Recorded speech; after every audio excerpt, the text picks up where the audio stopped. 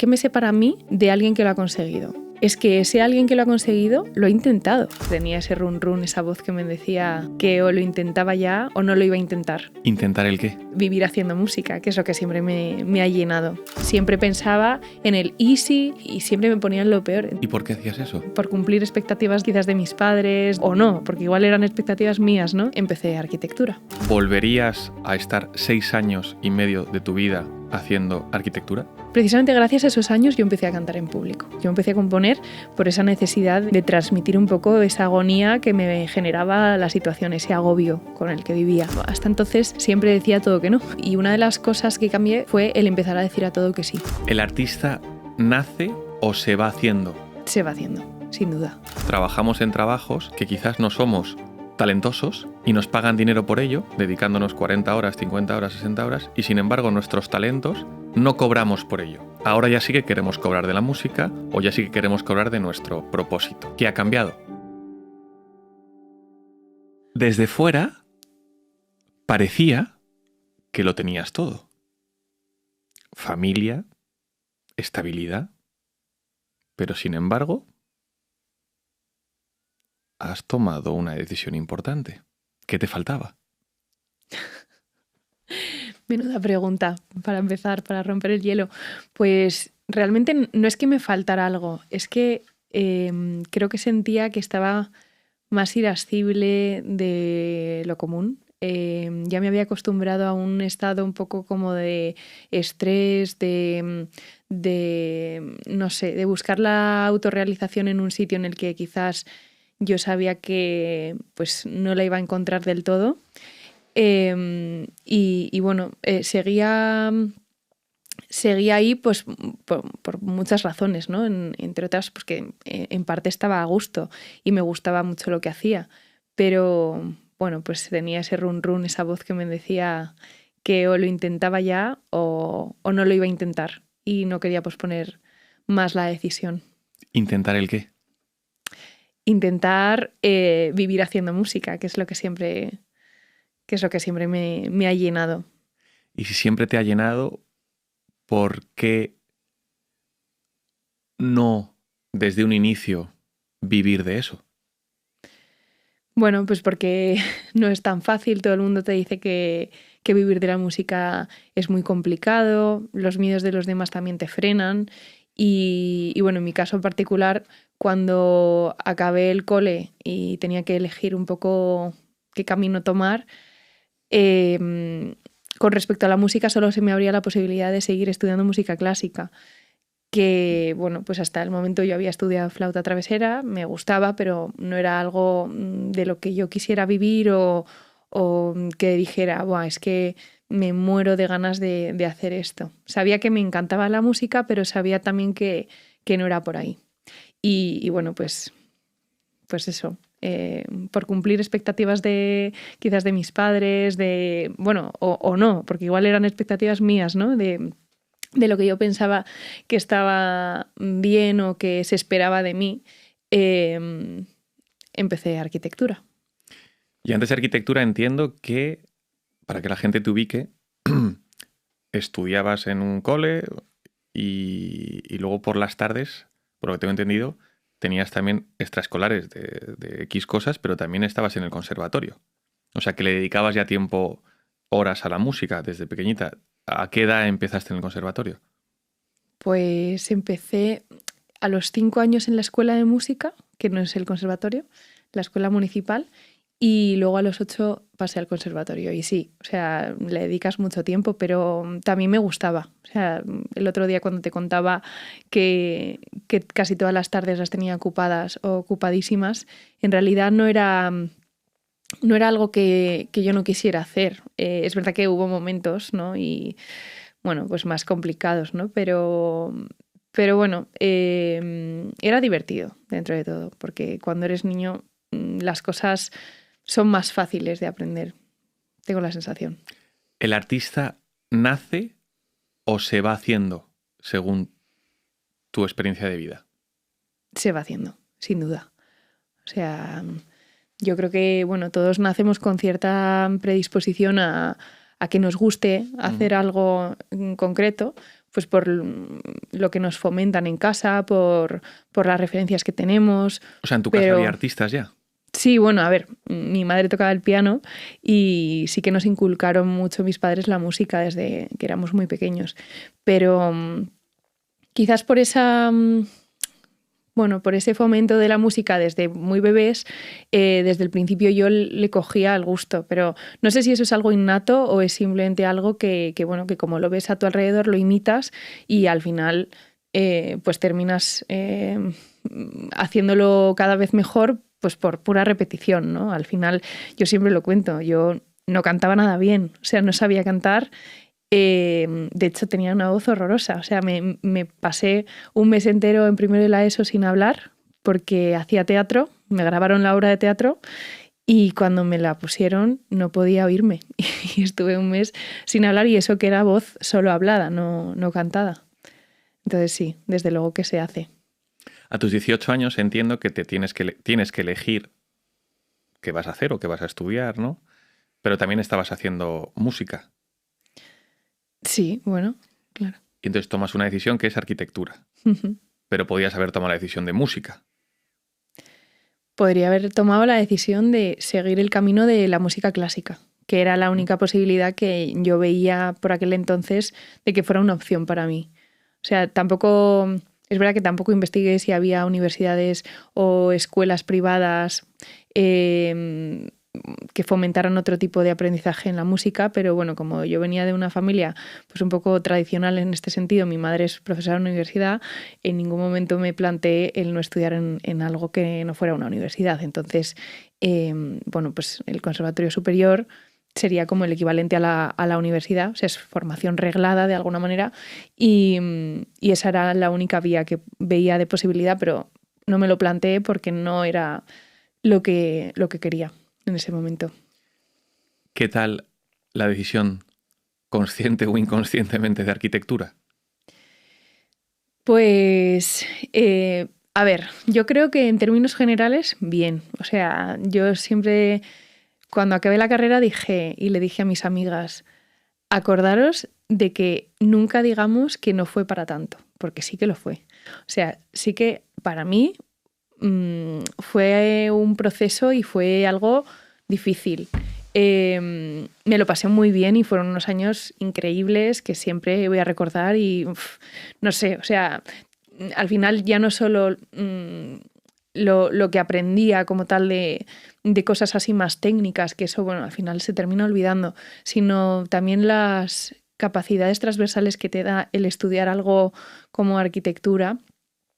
Pues esas capacidades luego las puedes aprovechar y utilizar en diferentes contextos, ¿no? Y hacerlas tuyas para siempre, independientemente de que te dediques luego a la arquitectura o no. Entonces, yo sí que estoy agradecida de haber estudiado y de haber empezado a ver el mundo con ojos de arquitecta, porque en realidad cambia bastante la forma de mirar. Pero bueno, es verdad que había veces que decía, joder, igual todo este sufrimiento o todo este esfuerzo, quizás tendría que haberme buscado algo como más fácil, ¿no? O sea, yo me metía a aposta en algo que sabía que iba a ser un reto para mí porque pues no dibujaba excesivamente bien y no tenía tanta sensibilidad como otras personas que, bueno, que quizás pues lo que decías tú antes de esa cosa innata, ¿no? O sea, yo quizás no tenía ese poder innato de saber dibujar, interpretar atrás del dibujo el espacio y lo que veía. Entonces, bueno, para mí fue como un poco un reto de querer aprender, sí que quería aprender y me gustaba mucho pues saber más acerca de pues cómo se diseñan los espacios, cómo se viven los espacios, qué espacios se necesitan habitar y son temas que ahora mismo me siguen interesando mucho, pero bueno, es verdad que siempre he tenido ahí mi vocecita interna que me decía que había algo más fuerte, ¿no? ¿Cuántos años has estado estudiando arquitectura? Pues estuve 6 y medio, sí. A día de hoy, con todo lo que sabes, tu experiencia de vida, ¿volverías a esos 18 y volverías a estar 6 años y medio de tu vida haciendo arquitectura? Pues probablemente sí. O sea, fíjate que creo que gracias a esos años, precisamente gracias a esos años, yo empecé a cantar en público. Bueno, yo empecé a cantar de componer mis propias canciones. Yo empecé a componer por esa necesidad de transmitir un poco esa agonía que me generaba la situación, ese agobio con el que vivía. Y para mí la música en esos años fue una vía de escape muy potente. Entonces, pienso que si no hubiera pasado por ahí, probablemente no, pues nada de lo que hago ahora habría sucedido, ¿no? Entonces, este es como el efecto mariposa, pero por supuesto no cambiaría nada, además de que, bueno, pues me ha regalado personas maravillosas y además de que me interesa y me sigue interesando la arquitectura. Tienes 2 hijos, tenemos 2 hijos, más que tienes. ¿Le recomendarías a Beltrán y a Ginebra estudiar 6 años y medio de arquitectura?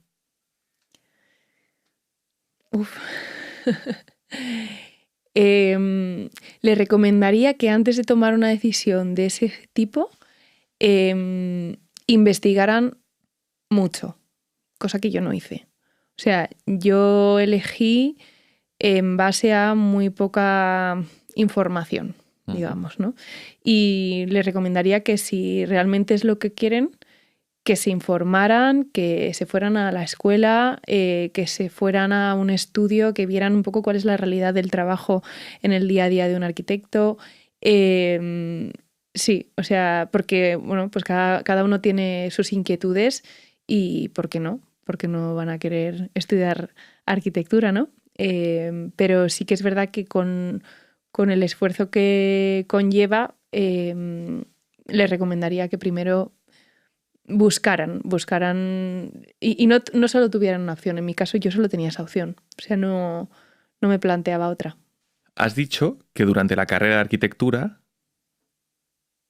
te lanzaste a cantar en público, pero para cantar en público tienes algo que contar. ¿Cuándo empezaste a escribir esas primeras canciones, esas primeras letras donde tú querías enseñar a la gente las cosas que tú sentías, ¿no?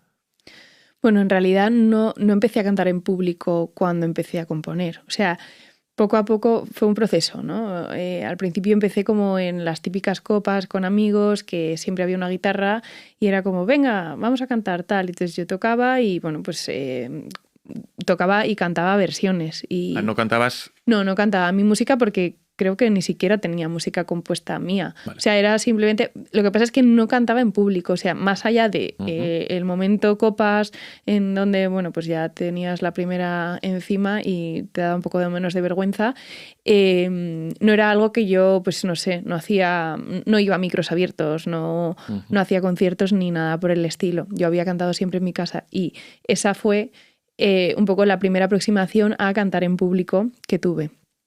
Y luego, a raíz de empezar a componer, bueno, es que no te he contado cómo empecé a componer. Claro. Sí, pues a ver, o sea, fue un poco... Entiendo que primero empiezas a cantar en esas copas o en esos eventos privados y demás, pero dromedario, es decir, viva el café dromedario, pero digo en versiones. Pero ¿cuándo empieza esa necesidad que tienes, y a día de hoy y se ha validado, de contar, y tienes un don para eso, de escribir historias, ¿no?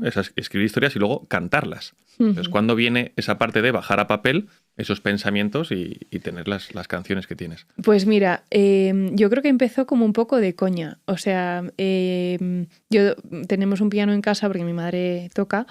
Y bueno, pues un día hice una canción muy chorra a una amiga mía. Y a raíz de eso, pues empecé como con la coña de, bueno, pues estaría guay hacerle una canción como a cada amiga, ¿no? En realidad me quedé en la segunda y ya no hice más. Pero bueno, ya llegarán. Entonces, después de esa canción un poco de broma, venía el cumpleaños de una de mis amigas de la uni, una de mis más amigas, y entonces dije, pues le voy a hacer una canción, ¿no? Entonces empecé a escribirla como también pues un poco de broma, pero en el proceso dije, joder, ¿y por qué no la hago bien? ¿Sabes? ¿Por qué no la hago quitándome esa broma de encima de, bueno, no sé, con sinceridad y con cariño, pero no de broma? Y nada, y así fue como nació Tan Optimista, que es la canción que le regalé a mi amiga Isa por su cumple. A raíz de eso, ella subió el vídeo que le pasé, porque se lo pasé por WhatsApp, el vídeo que le pasé a Facebook, que por aquella época se usaba Facebook, y... O sea, no me preguntó, creo, en plan, directamente lo subió y fue como que a raíz de eso la gente supo que yo cantaba, porque claro, más Entiendo allá que de... si te hubiera preguntado si lo podía subir, tu contestación habría sido... No sé, supongo que no sé. ¿Y por qué no? No sé, o sea, es que ya no me acuerdo ni si me preguntó o si no, en realidad, ¿eh? Porque han pasado muchos años, pero sí, probablemente... o sea, yo no lo había, o sea, yo no lo había hecho para que lo oyera otra gente, lo había hecho para ella y ya está, en plan, pues mira, Pero me ha seguías salido con esto. ese bloqueo de el momento primero de la ESO de teatro, de me da vergüenza escucharme, de mirarme. No, quizás ya no tanto. O sea, ya había ido dando pasitos, ¿no? Poco a poco, pues eso, en copas y tal. Luego también otra amiga, cuando estuvimos en Perú de Erasmus, me decía, me animaba mucho a cantar, pues eso, en esos momentos de juntarnos por las noches y tal. Y como que cada vez tenía como más seguridad en ese sentido. Entonces, quizás no me daba tanta vergüenza, pero si hubiera sido por mí, o sea, yo misma no me habría subido, ¿sabes? Y entonces fue a través de ese momento en el que ella subió el vídeo cuando yo dije, joder, la gente ya sabe que canto y la gente pues estaba como muy animada diciéndome que por qué no subía más y tal. Entonces yo en esa época pues empecé como muy de golpe, como a componer un poco sobre cosas que me movían. Entre otras cosas, creo que fue la segunda canción que hice, fue Acuérdate, porque pues eso, en un momento de agobio extremo, de no poder más, de pues un poco como vía de escape a esos momentos de dedicar demasiado tiempo a algo que no sabía hasta qué punto iba a ser mi camino, pues hice esa canción, la de Acuérdate. Entonces, bueno. Todo esto entiendo compaginando con arquitectura y con tu vida social y demás, ¿sí? Sí, claro. O sea, la vida seguía. ¿Y cuándo fue tu primera vez, que entiendo que eso también es como un punto de inflexión, que te subes a un escenario? Porque está muy bien cantar en copas o en eventos más privados y demás, pero ¿cuándo es el momento donde alguien te llama y te dice, mira, quiero que vengas y te subas a un escenario y te pongas ahí delante de 10, 15, 30? No, a ver, nadie me llamó, chicos. Nadie me llamó. Pues como todos los cantautores, o prácticamente todos de este país, empecé yendo a micros abiertos. De hecho, la primera vez que me subí fue en La Fídula, que era un bar de cantautores que bueno, ya cerró. Lamentablemente, la verdad, porque era un planazo. Y bueno, sobre todo fui porque me empujó mucho mi madre. O sea, fue un momento en el que era 2018 y acababa de morir mi abuela. Y fue como que yo hice clic y dije, joder, pero si yo también me voy a morir un día, ¿no? En plan, no quiero que se me pase la vida y llegar al lecho de muerte y decir, yo siempre quise cantar en un escenario, ¿sabes? Entonces, por quitarme ese gusanillo, pues dije, venga, porque mi madre me dijo, venga, hazlo, tal. Y bueno, pues me acompañó ella. Entonces fuimos las dos, no sé si se vino alguna amiga más, creo que sí, alguna amiga me acompañó. Y entonces, a raíz de eso, ellas me grabaron, subieron a Instagram, entonces... A raíz de eso, pues la gente lo empezó a ver. Me empecé a mover un poco por el circuito de micros abiertos porque me parecía un planazo. Y cada vez liaba como a una amiga diferente, ¿no? para que me acompañara. Entonces, de esa manera, pues se empezó a correr la voz de que yo cantaba en público. Y es verdad que fue a partir de ese momento cuando me empezaron a llamar pues de ONGs, asociaciones, bueno, todo tipo de organizaciones benéficas para conciertos solidarios, para pues eso, todo relacionado con pues las actividades solidarias sin ánimo de lucro, que en este sentido pues se organizan muchos eventos, ¿no? De este tipo en los que se pide a gente que venga a colaborar y que venga a compartir su música. O sea que entonces, cuando te empezaron a llamar, ya empezabas a generar ingresos con el tema de la música. No. ¿Por qué? Hombre, eran conciertos solidarios. ¿Y los conciertos solidarios? No se pagan, ¿no? No se pagan. No, claro, tú ibas... De hecho, no eran conciertos solo míos, ¿sabes? O sea, era como, bueno, pues tienen un cartel escogen a 3 o 4 artistas que quieran venir y entonces pues te dan un tiempo determinado y compartes el escenario con esos otros artistas. Entonces podríamos decir que hay veces que el arte se regala y cuesta ponerse en valor, o os cuesta poneros en valor. O sea, sí, pero no exactamente. O sea, yo en ese momento tampoco estaba pensando en quiero ganar dinero con esto. O sea, de hecho lo veía como una oportunidad para dar visibilidad a lo que hacía, para coger yo misma tablas, porque yo ni siquiera tenía la seguridad de poder hacerlo bien. Al final tienes que... O sea, es un camino, ¿sabes? No es lo mismo cantar en tu cuarto que cantar en un escenario, por pequeño que sea, ¿no? Con microfonía, con altavoces, o sea, es que es otra cosa. Entonces yo, o sea, me propuse ese año, de hecho, o sea, cambié mucho el chip. Hice un programa que se llama Factoría de Talento que me ayudó un montón y una de las cosas que cambié fue el empezar a decir a todo que sí, porque yo hasta entonces siempre decía todo que no. Entonces era como que no me paraba de poner frenos a mí misma. Entonces me metí como un poco en la vorágine de decir a todo que sí. Y claramente me cambió la vida porque dices a una cosa que sí, luego se te abre otra puerta y entonces al final es verdad que llegó un momento en el que siendo mi vía de escape llegó a agobiarme, ¿no? Porque llegaba muy tarde a casa entre semana de repente de un concierto solidario y al día siguiente tenía una entrega, no sé qué, o sea, como que al final, como dice tu madre, cuanto más haces, ¿no? Pues llegó un momento que me saturé un poco y terminé un poco agotada. Entonces también hay que saber medir, pero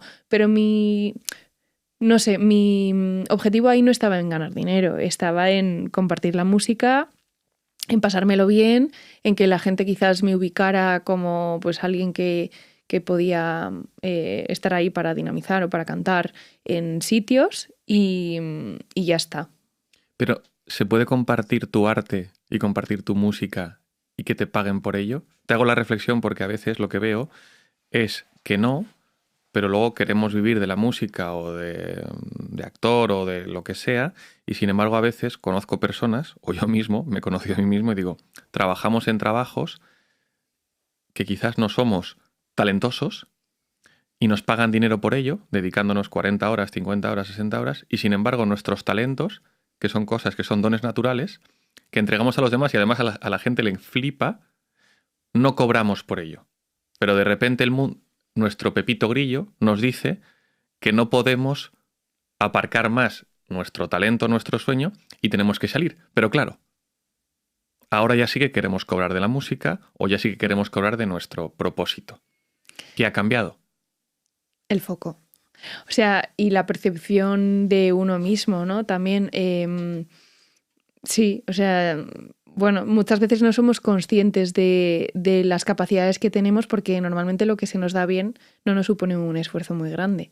Y sin embargo, lo que nos cuesta es lo que nosotros mismos valoramos, ¿no? Y decimos, joder, pues mira, estoy dedicando aquí X horas, me estoy esforzando y por esto me pagan un salario. La clave estaría en identificar qué es lo que no te cuesta tanto, ¿no? Y intentar dedicarte a ello.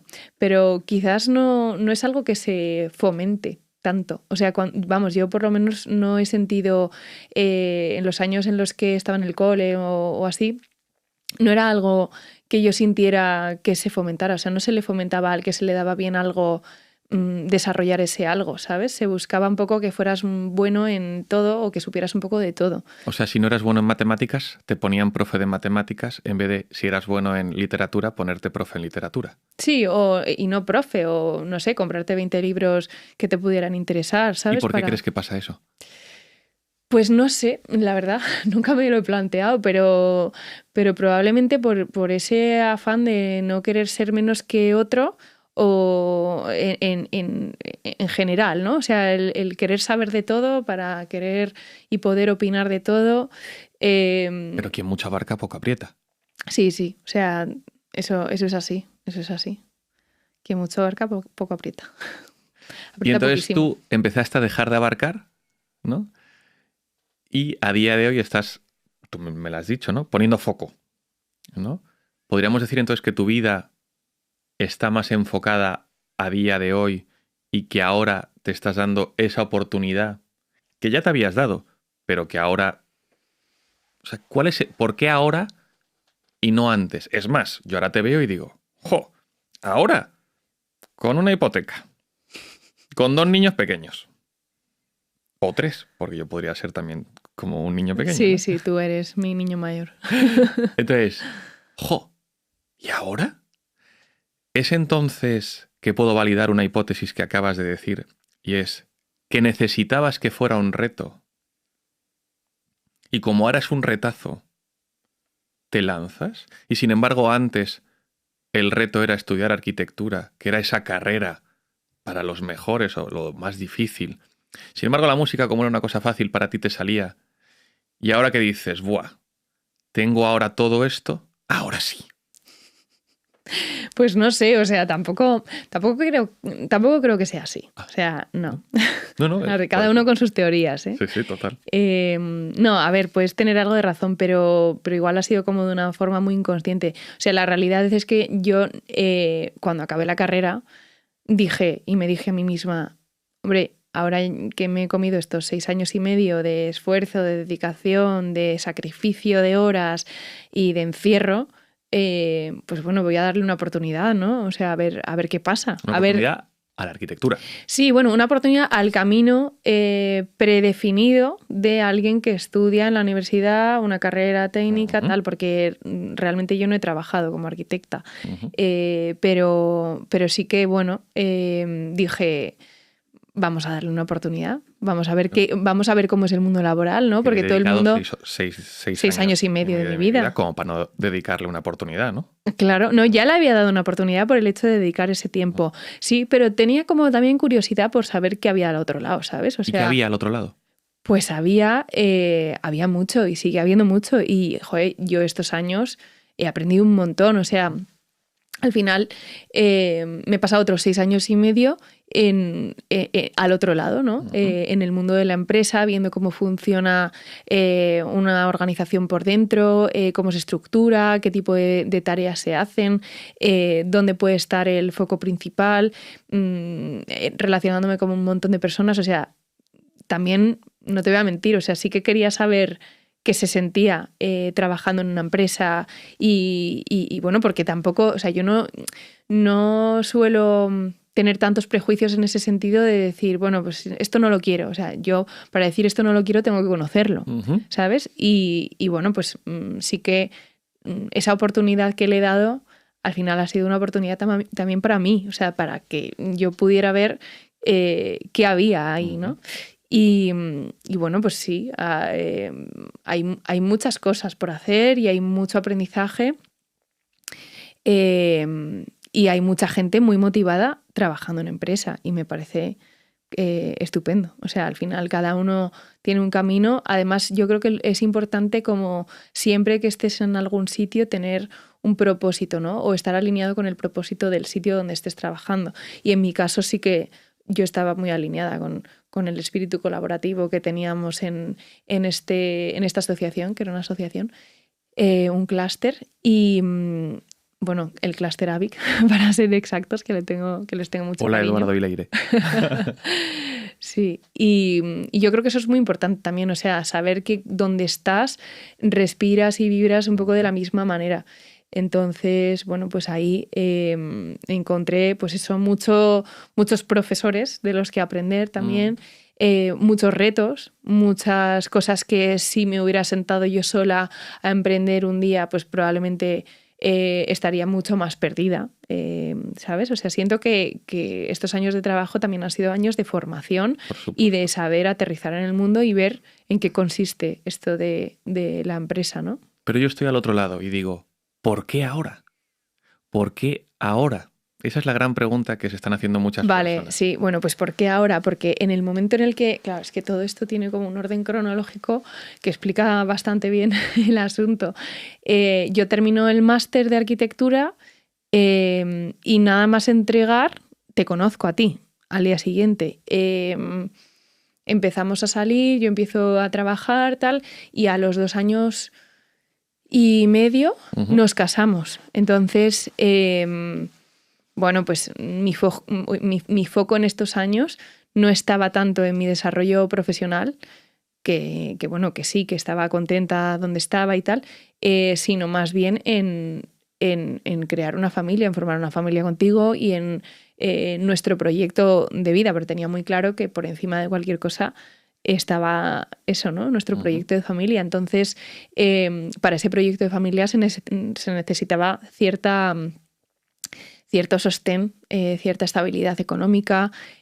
Tú por aquel entonces habías dejado el trabajo, estabas emprendiendo, que llevabas emprendiendo como 13 años, o sea, no sé cuántos años habían pasado desde que habías empezado a emprender y siempre habías llevado todo en paralelo. Entonces, bueno, pues ante esa supuesta inestabilidad de un emprendedor, pues yo sentía que mi rol ahí era el tener una cierta estabilidad económica que me permitiera también formarme, ¿sabes? O sea, ¿y por qué ahora y no dentro de 10 años? O sea, no sé cuál es tu pregunta.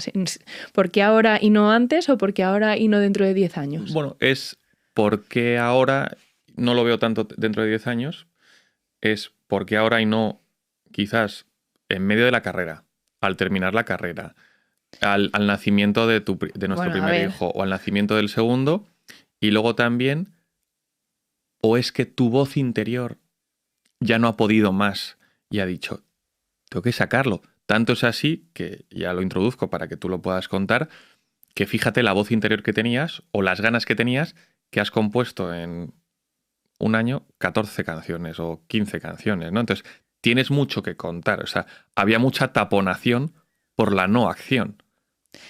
Sí, a ver, yo creo que es ahora y no antes.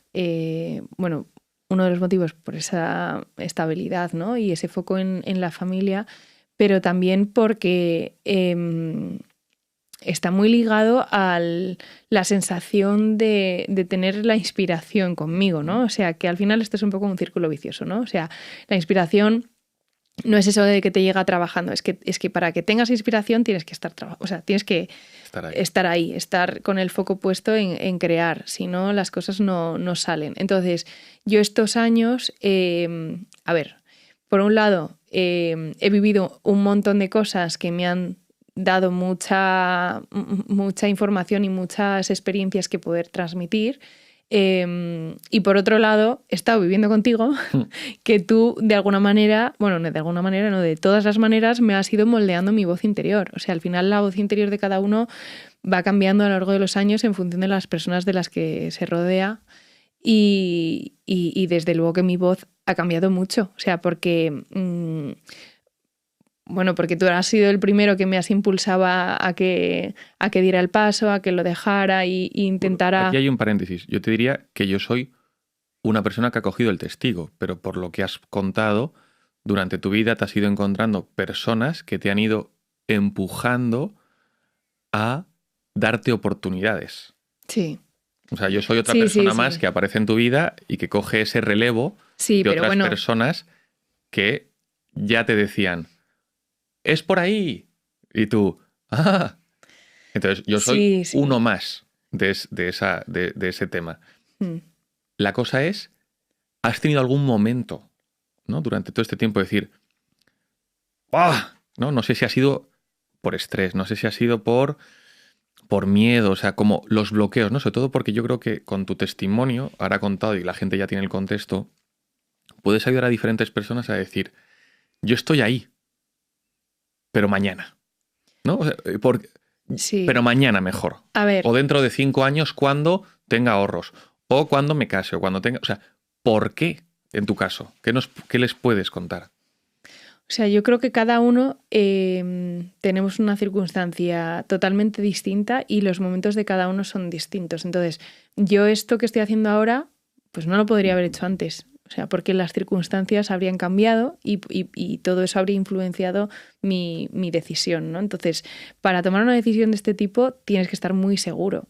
Y muy seguro de que, como tú decías en su día, este es tu plan A y no tienes un plan B. O sea, porque si no, en el momento en el que tienes otras opciones, bueno, pues es más fácil dispersarte. O sea, podríamos decir que uno de los mensajes es no busquemos alternativas y que tu plan B sea tu plan A. Un poco así como en las parejas, ¿no? Los matrimonios. Sí, justo. O sea, voy a muerte, no me queda otra opción que... Claro. Sí, o sea, es como, bueno, pues esto estoy convencida ahora y te puedes poner a pensar en plan, y si dentro de... Porque, por ejemplo, yo tenía mucho ese pensamiento hace unos años de, no, es que no me... Y me lo decía a mí misma, ¿no? Y decía, no, es que yo no me quiero dedicar a la música, o sea, yo no hago esto para dedicarme a la música, yo lo hago porque me gusta y para que otros escuchen y se quede ahí y tal, pero yo no me quiero dedicar a la música porque quiero vivir con la música, no de la música. Y entonces era como una manera como de excusarme y de ponerme esa barrera de no lo vas a intentar. Y la excusa principal que ponía era porque me gusta tanto, es algo que me gusta tanto que no quiero que el día de mañana se pueda convertir en una obligación para mí y me deje de gustar. O sea, es algo que por miedo a perderlo, es como si yo no me hubiera casado contigo por miedo a perderte, ¿no? Porque pues el día de mañana te pueda pasar algo, o te puedas ir o lo que fuera, ¿no? O sea, y esa sensación de miedo a lo que vaya a pasar y anticipar ciertas cosas que en realidad no ocurren, no ocurrirán en el 99% de los casos, nos pasa a todos todo el rato. O sea, y sobre todo nos pasa a las personas que somos un poco miedosas, como yo que era, bueno, como mi yo de hace unos años. Yo ahora mismo no estoy ahí, gracias a Dios, y me siento muy orgullosa de ese cambio, ¿no? Pero hace unos años pues no podría haber tomado esta decisión porque, bueno, pues siempre pensaba en el easy y siempre me ponía en lo peor. Entonces, pues ¿Y por qué dejaba... hacías eso? Pues eso, por miedo, para no estrellarme. O sea, A ver, explica esto. bueno, pues porque si, imagínate... ¿Por qué anticipabas el miedo? Claro, porque, o la situación mala. Porque yo decía, pues si va mal, ya estoy anticipando y estoy poniendo a todos en contexto que va a ir mal, Ejemplo ¿sabes? práctico para que lo podamos entender. No, pues con esto de la música, a ver, con esto de la música en realidad lo que pasaba es que directamente no tomaba la decisión y decía en alto pues que yo no quería dedicarme a la música, aunque en realidad en mis adentros sí que quería, pero no estaba del todo segura de poder. De hecho, a ver, a día de hoy sigo sin estar del todo segura, pero es que he aprendido a que en la vida nunca estás del todo segura de nada, simplemente tienes que hacer y haciendo es como se hace. O sea, haciendo es como se construye y una cosa te lleva a la otra. Entonces... pues eso, pero sí, yo creo que tú te estás refiriendo aquí a otra cosa, ¿no? A esto de que me pasaba a mí antes, ¿no? De poner en alto, pues yo qué sé, por ejemplo, yo me ponía mucho en alto que era muy lenta y siempre me lo repetía y lo ponía en alto y cuando estaba haciendo un trabajo en grupo o lo que fuera, ya yo ponía en contexto a todo el mundo, oye, yo... o sea, voy lenta, joder, qué lenta soy y necesitaba como autocastigarme con esas palabras públicamente para que los demás, si se daban cuenta de que yo iba un poco más lenta que ellos, ya dijeran, ay, pobre, pero bueno, es consciente al menos, ¿sabes? O sea, no sé cómo decirte. Pero a lo mejor la gente que estaba contigo claro, no lo pensaba. Claro, igual no lo pensaban porque, no sé, igual incluso eran más lentos, ¿sabes? O sea, claro. Y tampoco sé hasta qué punto se es lento o no se es lento, o sea, ¿quién mide eso, no? Pero sí, era como por el miedo al rechazo, quizás, ¿no? Al que ¿Rechazo o a fallar? Sí, a fallar, al rechazo, a que me señalaran y dijeran, jo, esta tal. O sea, pero al qué pensarían de mí. Eso me importaba mucho. ¿Porque te han señalado, han pensado mucho de ti o has sufrido por esto? Pues probablemente no, probablemente nadie haya pensado en mí, ¿sabes? O sea, lo que pasa es que muchas veces somos como tan egocéntricos y vivimos en nuestro propio mundo que pensamos que somos, vamos, los más importantes y que todo el mundo está a ver dónde la caga esta, ¿sabes? Entonces, bueno, pues yo vivía como con ese miedo todo el rato. ¿Y cómo hacemos para desactivar un poco? ¿O cómo has hecho tú para desactivar este miedo que estás poniéndole palabras? Pues mira, yo creo que una de las cosas que más seguridad me ha dado ha sido justo enfrentarme a ese miedo, ¿no? O sea, cuando haces las cosas pero las haces con miedo, por lo menos las haces, ¿no? Y una vez que pasas esa línea, lo que... Ya, pero estoy paralizado, no puedo, estoy bloqueado, ¿cómo hago? Es que tienes que hacerlo. O sea, yo en mi caso fue eso lo que me dio más autoestima y me hizo confiar más en mí, porque de alguna manera había cierta coherencia entre lo que yo quería hacer y lo que hacía, ¿no? O sea, cuando tú no tienes esa coherencia, cuando tú tienes una cosa en la cabeza de, joder, me gustaría hacer esto, pero hago esto otro, o directamente, o no lo hago por miedo a tal, vives en una incoherencia muy brutal. Entonces, en el momento en el que de repente como que alineas lo que piensas que quieres hacer y eso pues termina viendo como una coherencia interna que te permite estar más a gusto contigo misma y sin estar tan pendiente de lo que piensen los demás. O sea, creo que el momento fue ese. O sea, de hecho, cuando yo empecé a subir vídeos a YouTube y a Instagram y así, tampoco recuerdo que estuviera pensando excesivamente en plan, joder, ¿qué pensarán? ¿Les gustará o no? O sea, yo ya en ese momento lo hacía porque tenía la seguridad suficiente para hacerlo sin necesidad de estar viendo si le gustaba a la gente o no, ¿sabes? Es verdad que tampoco lo hacía con ningún afán de nada. O sea, no tenía como un objetivo de quiero crecer, quiero tener tantos seguidores. O sea, lo hacía porque me gustaba y ya está. Y para mí el hacer lo que me gustaba era una fuente de energía. Y de hecho, justo por eso tú me conociste.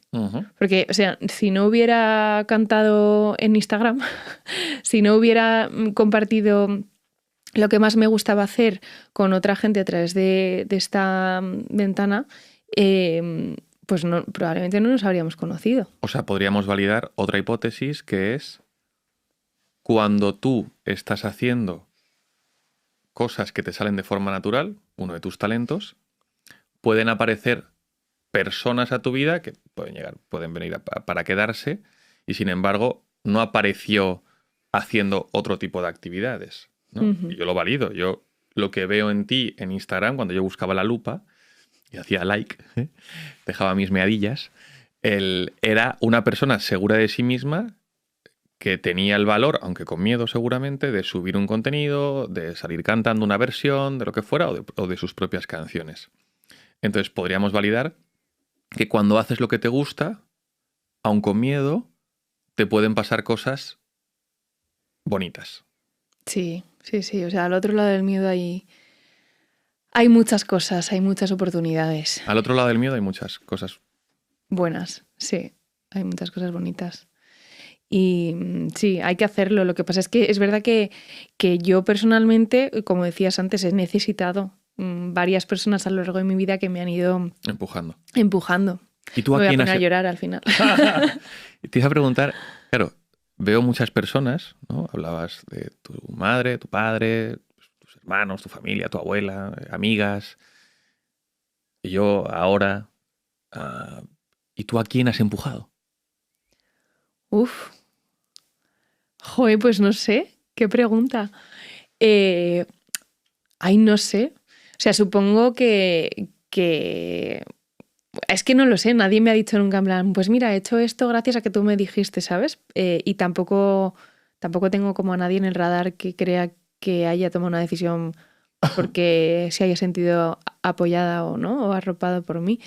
Pero quiero pensar que probablemente las personas que tengo alrededor pues les haya podido aportar algo de valor en alguna conversación o algo que haya definido. Pero tampoco, o sea, no sé si quiero pensarlo, o sea, no sé. En realidad tampoco sé si quiero tener esa responsabilidad o ese efecto en los demás. O sea, al final yo intento contagiar mis decisiones o mi forma de ver el mundo y ver la vida con los demás, pero tampoco pretendo como, no sé, imponer a otros, no sé, mi visión o que hagan lo que yo pienso. Pero tu madre no te impuso.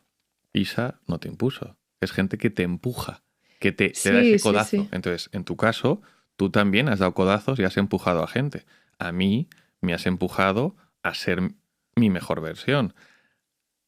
A gente que nos escribe y te escribe, le ayudas a tomar decisiones o en momentos vitales diferentes, y lo sabes. Oye, mira, gracias a esta canción he tomado esta decisión. O gracias a esta canción... Bueno, sí, claro, a través de la música. Ya. Claro, entonces son formas de empujar a personas a tomar decisiones o a llevar situaciones difíciles en la vida. Entonces, tú empujas y ahora tú tienes que empujar. Sí, es que yo creo que quizás la palabra no es empujar, o sea, quizás cada uno tenemos como un rol, ¿no? En nuestra vida. Hay personas que son más impulsoras, hay personas que no necesitan impulso porque ya de por sí tienen un impulso propio brutal, y hay otras que quizás estamos un poco más para acompañar o sostener. O sea, yo creo que mi perfil no es el de impulsar, quizás el tuyo sí es el de impulsar, pero el mío quizás es más sostener o acompañar. O sea, creo que las canciones que yo hago están pensadas, como cuando las compuse, las pensé para sostenerme a mí misma muchas veces, pues están pensadas para sostener a otras personas, ¿no? Para acompañar. Las nuevas canciones de ahora quizás sí que están pensadas más para impulsar, porque yo me estaba impulsando a mí misma. Pero nadie las sabe, nadie las conoce aún. Nadie se las sabe. Antes sostenías y ahora empujas. Sí. Bien. Sí, se O podría impulsas. decir que sí, creo. A través de la música.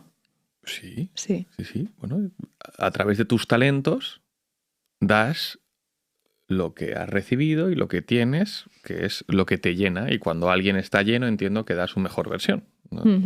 Es así, creo. Vale. Entonces, has dicho, ¿no?, que nos conocimos y bueno, teníamos una etapa algo poco estable, ¿no? Pues yo dejo un trabajo, luego lo intento, viene la pandemia, tú en tu caso traes la estabilidad, pues tenías un sueldo, una nómina, y luego llegan los hijos. Llega primero Beltrán, ¿no?, y luego llega a Ginebra. ¿Qué ha sido para ti el nacimiento de tus crías, ¿no?, de tus bebés? Uf, ha sido una pasada. O sea, lo ha sido todo. Me voy a poner a llorar, ¿eh? O sea, de verdad, estas preguntas. No, o sea, yo creo que cuando eres madre te cambia totalmente la percepción de la vida, del mundo, de cómo quieres vivirla, de qué es lo que les quieres dejar de aprendizaje. Me estoy poniendo a llorar, perdón. Esto cortas, ¿eh? O sea, ay, perdona. Quiero llegar a ver si, por ayudarte, o sea, te han cambiado, lógicamente, y Sí. cambias como madre, como mujer, ¿no? Es un proceso de transformación brutal. Pero digo, es posible, a ver si llego a donde quiero llegar, ¿no? Sí, ya te he pillado, ya sé a dónde quieres llegar. No sé si lo he dicho ya o no. A que también ha sido mi impulso para el O sea, cambio. que podríamos decir que otras personas también han cogido ese relevo. Sí. Y creo que me comentaste su día, ¿no?, que lo que no querías era que ellos crecieran y tú a lo mejor darles lecciones de tú puedes ser valiente sin haberlo hecho. Sin haberlo hecho tú, ¿no? Justo. Entonces podríamos decir que Beltrán y Ginebra han cogido otro testigo, ese relevo, y lo que han dicho es, mamá, tú puedes, no nos jodas, ¿no? O por lo menos date la oportunidad, ¿no? Sí. O sea, yo creo que cuando te conviertes en madre tienes una responsabilidad muy grande en cómo te van a percibir tus hijos. Entonces yo tenía claro que no quería morirme o llegar a, pues eso, a mi muerte, que estaba dando por hecho que me iba a morir de vieja, y en realidad eso pues tampoco hay que darlo por hecho porque no tenemos aquí la fecha programada. Entonces sí que dije, bueno, lo mejor que les puedo dejar es el ejemplo, ¿sabes? Y además es que justo hace poco escuchaba en un podcast que el mayor castigo para un hijo es un padre o una madre que no ha vivido su propia vida y que le exige a su hijo vivir esa vida que nunca vivió, ¿no? Es decir, ¿desarrolla esto? Claro, imagínate que yo no llego a tomar la decisión de darme la oportunidad, que no sabemos a dónde me va a llevar esto, pero por lo menos me estoy dando... ¿De qué? De darme la oportunidad de vivir de la música, haciendo música, porque es lo que me nace y porque es lo que siento que tengo que hacer y es lo que siento que he venido aquí a hacer, ¿no? Y antes quizás sentías que tenías que hacer otras cosas. Lo que a lo mejor otras personas querían o que tú te habrías creído que esas personas querían. Sí, o bueno, simplemente seguir el camino que en teoría otros tenían preparado para mí, otros esperaban que yo hiciera porque confiaban en que era lo mejor para mí. Entonces yo también soy muy confiada y me fiaba, ¿no?, de eso. Entonces pues seguía un poco el camino habitual. Pero Pero eso, pues eso, que al final si tú no vives tu propia vida y tienes hijos, le vas a transmitir a tu hijo la necesidad de que él sí viva tu propia vida en lugar de su propia vida. Entonces es un problemón. O sea, el típico padre que le dice al hijo que tiene que jugar al tenis porque sí, porque sí, porque sí, y al niño no le gusta el tenis y aún así está ahí reventado. Y es pues, el sueño del padre que sí, no... justo el sueño del padre que nunca llegó a ser tenista profesional y entonces quiere que el hijo cumpla ese deseo, ¿no? Es como, oye, cada uno tenemos nuestros dones y nuestras necesidades y no, o sea, yo creo que no tenemos ese derecho para con nuestros hijos, ¿no? Al final estamos aquí para dejarles un ejemplo y que ellos sean libres y escojan lo que quieren hacer. Pero claro, yo sí que tenía claro que no quería estar en... Yo es que, no sé, me pongo siempre a pensar en plan en mi lecho de muerte, ¿no? Entonces yo no quería pensar que en ese momento les tuviera que decir, pues me arrepiento de no haber hecho esto, de verdad, hazlo, porque yo no lo hice, hazlo. O sea, porque de ahí no sé si se aprende, o sea, en realidad... Primero, me iría con las ganas y segundo, le dejaría la responsabilidad a mi hijo de hacer lo que él sintiera que tiene que hacer cuando realmente no ha tenido el ejemplo y todos aprendemos del ejemplo. Entonces, yo no puedo pretender que mi hijo aprenda eso si no lo ve en mí. Entonces, esa responsabilidad que tenemos con nuestros hijos de ser quienes realmente queremos ser para que ellos sean quienes realmente quieren ser, pues es lo que me ha llevado a mí a tomar la decisión de decir, bueno, pues vamos a intentarlo, ¿sabes? Y por lo menos no quedarnos con las ganas de ver qué habría pasado. Muy sabio. ¿Validamos entonces que se puede vivir de la música? Hombre, yo creo que no se puede validar aún, o sea, hay que intentarlo, ¿no? Y creo que como todo camino, pues requiere su tiempo, requiere su esfuerzo, requiere su constancia, ¿no? Las cosas no son inmediatas, a pesar de que vivimos súper enamorados de esa idea de la inmediatez, de lo quiero, lo tengo, la realidad es mucho más larga y mucho más dura de lo que parece, entonces... no, por supuesto que no es tan inmediato todo, pero bueno, lo importante es que para llegar tienes que empezar. Y una de las cosas que yo pensé en esos momentos de tomar la decisión y tal fue, joder, todo aquel que lo intenta, o sea, ¿qué me separa a mí de alguien que lo ha conseguido? Joder, lo principal es que ese alguien que lo ha conseguido lo ha intentado, ¿sabes? Y cuando tú intentas las cosas, pues tarde o temprano, o sea, si lo intentas y eres constante y eres perseverante, tarde o temprano lo vas a conseguir. Y además es que no... Bueno, y conseguir no sé, ¿no? claro, y conseguir el que, eso te iba a decir, porque realmente las aspiraciones de cada uno son muy distintas, ¿no? O sea, yo con esto de querer vivir haciendo música... Es que lo de vivir de la música, el concepto ese no me gusta vivir haciendo música, ¿no? Vivir dedicando tiempo a lo que me gusta. Realmente tú puedes querer ser la estrella del pop o puedes simplemente querer tener una vida normal, tranquila, disfrutar de tus hijos, disfrutar de tu marido, disfrutar de estar en tu casa y buscar la forma de vivir haciendo música, ¿no? Pero... no necesariamente tener ese afán de pues estar en todos lados y que te escuche todo el mundo, que bueno, como a todo músico, pues al final para que puedas comer, pues cuanta más gente te escuche, mejor, ¿no? Pero yo creo que también el por qué lo haces, o sea, cuando tienes un proyecto de este estilo, el por qué lo haces es como fundamental. Y ese por qué nunca puede ser para llegar a... sino porque es que no se llega a nada, o sea, se disfruta del camino. Entonces, mi porqué es básicamente por disfrutar del camino y porque confío mucho en la repercusión que tiene la música en las personas y en la capacidad de ser un canal de vía directa en las emociones de la gente y en el conectar, ¿no? O sea, con mensajes. O sea, para mí... En lo que hago es muy importante el mensaje que transmito. O sea, si yo solo hiciera música, pues tocaría música, se puede tocar un instrumento, dos, los que sean, y hacer música. Pero la música que yo hago siempre tiene un componente de un mensaje que estoy trasladando y para mí eso es como muy importante, ¿no? Entonces, el foco lo tengo puesto en intentar sostener, apoyar, impulsar, generar algo positivo, algún valor positivo en aquel que escuche lo que tengo que decir. Entonces, ese es mi porqué y mi para qué y no el llegar a ningún lado. O sea, llegaré a donde tenga que llegar, pero tengo claro que el por qué lo hago es ese y porque quiero disfrutar haciéndolo. ¿Me dejas contarte un secreto que me han contado? Cuéntame. Me han contado que la meta es mentira y que el camino es verdad.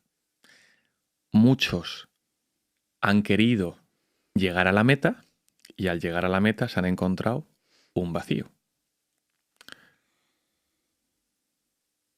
Sueño porque tú nunca llegues a la meta y disfrutaré viendo cómo disfrutas del camino y a ver si llegamos derrapando a esa meta. Siempre, siempre. Derrapando, sí, sí.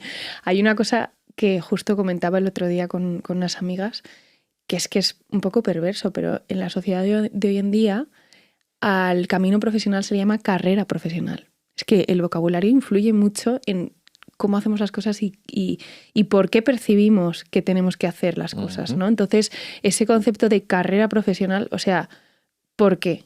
Yo no estoy corriendo, no quiero ir deprisa, no quiero llegar antes a ningún lado, quiero simplemente transitar y disfrutar del camino, pasear. Por eso me gusta mucho cuando tú dices lo de no corras, sal a dar un paseo, ¿no? Es verdad que, joder, no paseamos. Entonces, ¿podríamos decir entonces que a partir de hoy te vas a aficionar a los paseos? No, eso ya veremos, porque yo ya sabes que necesito tener un objetivo para pasear. Pero sí, es que, o sea, bueno, me parecía que venía un poco al caso, ¿no? El concepto de carrera profesional. O sea, yo confío en los caminos personales y profesionales y son caminos, no carreras. Antes de que cojas la guitarra y nos hagas spoiler de alguna de esas 14, 15, 16 canciones, al menos un poquito el estribillo, ¿no? Para poder verte aquí en directo, ¿no? en el pedazo de estudio de Cabina 29, nos han hecho preguntas la audiencia. Y entonces, con tu permiso, la voy a sacar. Vale. Esta la dice Daniel y dice: Clara, ¿en algún momento has sentido culpa por elegirte a ti en vez de elegir solo ser madre? Joder, es que eso ha sido un proceso también. Es que, claro, no hemos hablado de eso. Pero bueno, pues como muchas madres sabrán y las que no son madres y quieren serlo y algún día lo serán, pues lo descubrirán. Cuando te conviertes en madre tienes un proceso de búsqueda de tu nueva identidad, ¿no? Y tienes como que hacer el esfuerzo de alguna manera darte la oportunidad de seguir haciendo ciertas cosas que antes hacías, que ahora con el bebé no haces porque tiene toda tu atención y todo tu tiempo, pero que son cosas imprescindibles para ti porque te hacen sentir plena, te conforman, ¿no? Y que si tú renuncias a ellas de alguna manera probablemente sientas como cierta tristeza o vacío, ¿no? A mí me costó darme cuenta, o sea, me costó bastante porque cuando nació nuestro primer hijo la verdad es que era como todo, pues eso, todo giraba en torno a él, yo no me quería separar, solo quería estar ahí, y era como un poco dualidad porque es complicado, es duro ser madre y tener la atención puesta en un ser que no se comunica contigo verbalmente, que no tienes conversación de adulto, ¿no? Entonces, en ese proceso pues de dualidad, ¿no? De decir, estoy súper a gusto, sé que estoy donde tengo que estar y donde quiero estar, pero a la vez esto es durísimo y sé que necesito otras cosas que me completen y que me hagan, que me den un poco de aire. me reencontré, digamos, con la música, ¿no? Y con otras cosas, bueno, con mis amigas, ¿no? O sea, que había dejado de verlas pues porque es que al final te atrapa, ¿no? La vida de madre en tu salón, en tu parque con tu niño. Y no es que sienta...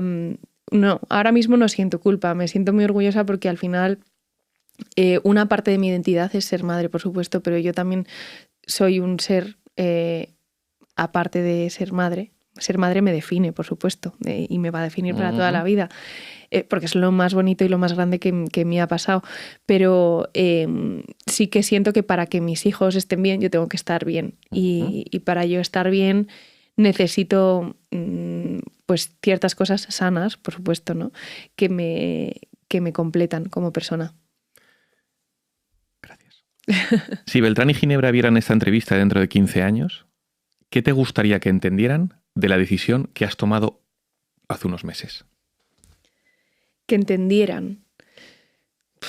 Yo creo que lo van a entender, fíjate, o sea, no sé, lo van a entender sin que yo les diga o les explique o les cuente.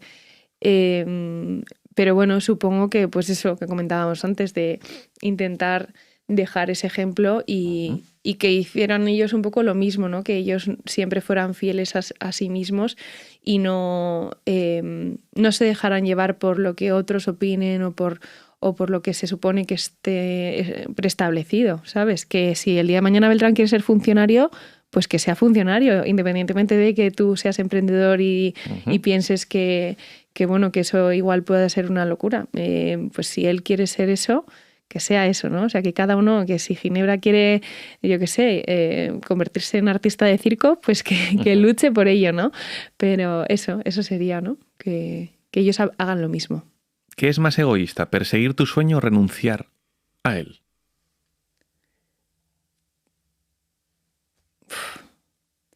Yo creo que renunciar, ¿no? O sea, espera, es que me he perdido un poco en la pregunta. ¿Egoísta? ¿Qué es más egoísta? ¿Perseguir tu sueño o renunciar a él? O sea, perseguir tu sueño nunca va a ser egoísta. Okay. Perseguir tu sueño es... Por lo tanto, podríamos decir que hay muchas personas que son egoístas porque renuncian a su sueño. No, es que tampoco. O sea, renunciar a tu sueño muchas veces tampoco es egoísta, porque hay mucha gente que renuncia a sus sueños o a sus apetencias pues porque las circunstancias no acompañan y precisamente no por egoísmo, sino por generosidad, porque debido a la circunstancia pues no se pueden permitir el lujo de pensar en su realización profesional para sentirse ellos más plenos, porque eso descolocaría todo su entorno, ¿no? Entonces creo que ninguna de las dos es egoísta, simplemente cada circunstancia es distinta.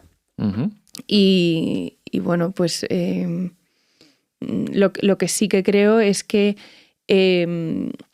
si tú tienes unos dones, tienes la obligación moral de compartirlos. Porque como no todo el mundo nace con la misma facilidad para todo, pues bueno, pues igual que yo disfruto mucho de un cuadro que está bien pintado y yo nunca podría pintar ese cuadro así de bien, o por lo menos de momento, que es uno de mis planes, aprender a pintar, pues lo valoro y valoro mucho que ese alguien haya decidido apostar por su virtud, ¿no? Y por compartirla con los demás. Si la música no te funciona, ¿habrá merecido la pena? Sí, por supuesto. Siempre. Y por último, ¿prefieres que te vean como una persona segura o como una persona valiente? Yo no creo que sea una persona segura y tampoco sé si soy valiente. O sea, la verdad es que bueno, yo estoy muy orgullosa de las decisiones que he ido tomando a lo largo del camino y bueno, sí, es verdad que quizás ahora a ojos de otros puede decir, ¡ay, qué valiente! Pero en realidad, hombre, yo estoy saltando al abismo, pero tengo una red de apoyo muy grande y he tomado esta decisión de forma muy consciente, sabiendo que tengo a personas como tú que me están sosteniendo, ¿sabes? Y que me están animando y me están impulsando y entonces, bueno, pues tampoco creo que sea del todo valiente. Supongo que saltar sin red sería ser muy valiente, ¿no? Pero